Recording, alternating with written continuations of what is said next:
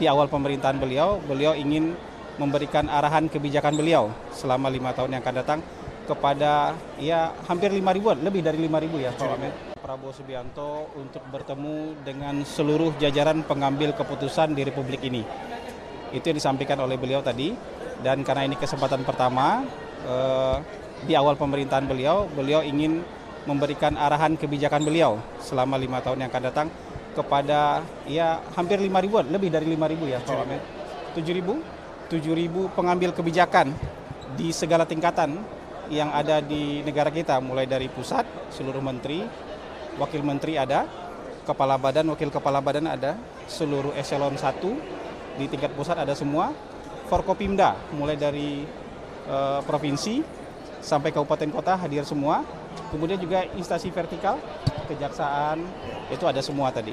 Jadi Presiden menyampaikan arahan beliau soal garis-garis besar kebijakan beliau selama 5 tahun yang akan datang. Beliau menekankan bahwa negara kita adalah negara yang kaya dan tidak ada alasan kita tidak bisa jadi kaya.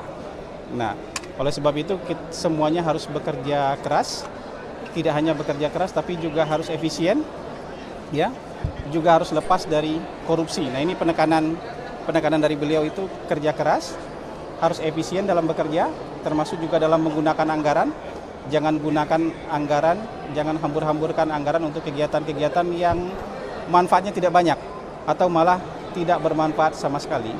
Karena kalau dihitung-hitung penghematan anggaran itu bisa digunakan untuk membantu masyarakat yang betul-betul membutuhkan. Dan yang terakhir yang disampaikan oleh Bapak Presiden adalah tidak korupsi. Nah, penting sekali. Beliau konsisten sekali menyampaikan banyak hal, dalam banyak hal menyampaikan supaya tidak korupsi. Jangan korupsi, dan beliau tidak akan segan-segan. Kalau masih tetap melakukan korupsi, maka tidak akan segan-segan untuk melakukan tindakan tegas. Kira-kira itu mungkin garis besar dari arahan Bapak Presiden tadi. Mungkin Pak Wamen sudah ada yang perlu tambahkan?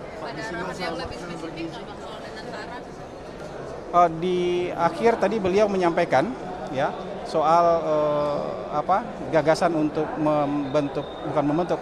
soal keinginan kita untuk mengkonsolidasikan seluruh aset kekayaan kita dalam sebuah institusi bernama Daya Anagata Nusantara yang disingkat dengan Danantara. Tapi prosesnya harus ditempuh dulu. Jadi nggak boleh buru-buru kata Pak Presiden. Jadi kita harus tempuh dulu prosesnya dengan hati-hati, dengan prudent supaya nanti hasilnya baik gitu. Apa? Badan Danantara itu nanti itu super holding, itu akan menjadi semacam Temasek atau GIC yang dimiliki oleh Singapura gitu. Tadi Presiden sama sekali tidak ada arahan soal pilkada, benar kan Pak Wamen? Sama sekali nggak ada arahan beliau soal pilkada tadi, dan tidak menyentuh sama sekali soal pilkada tadi. Nanti tadi dalam arahan Presiden tidak disebutkan itu, tapi nanti akan ada presentasi soal makan bergizi gratis kepada seluruh jajaran pimpinan daerah oleh Kepala Badan Gizi Nasional. Gitu. Bapak Presiden sudah mengucapkan selamat. Ya. Bapak Presiden awalnya merencanakan bertemu dengan Presiden yang sekarang, walaupun sudah mau hampir selesai, tapi tidak tertutup kemungkinan juga untuk bertemu dengan pemenang pemilu, dalam hal ini Donald Trump.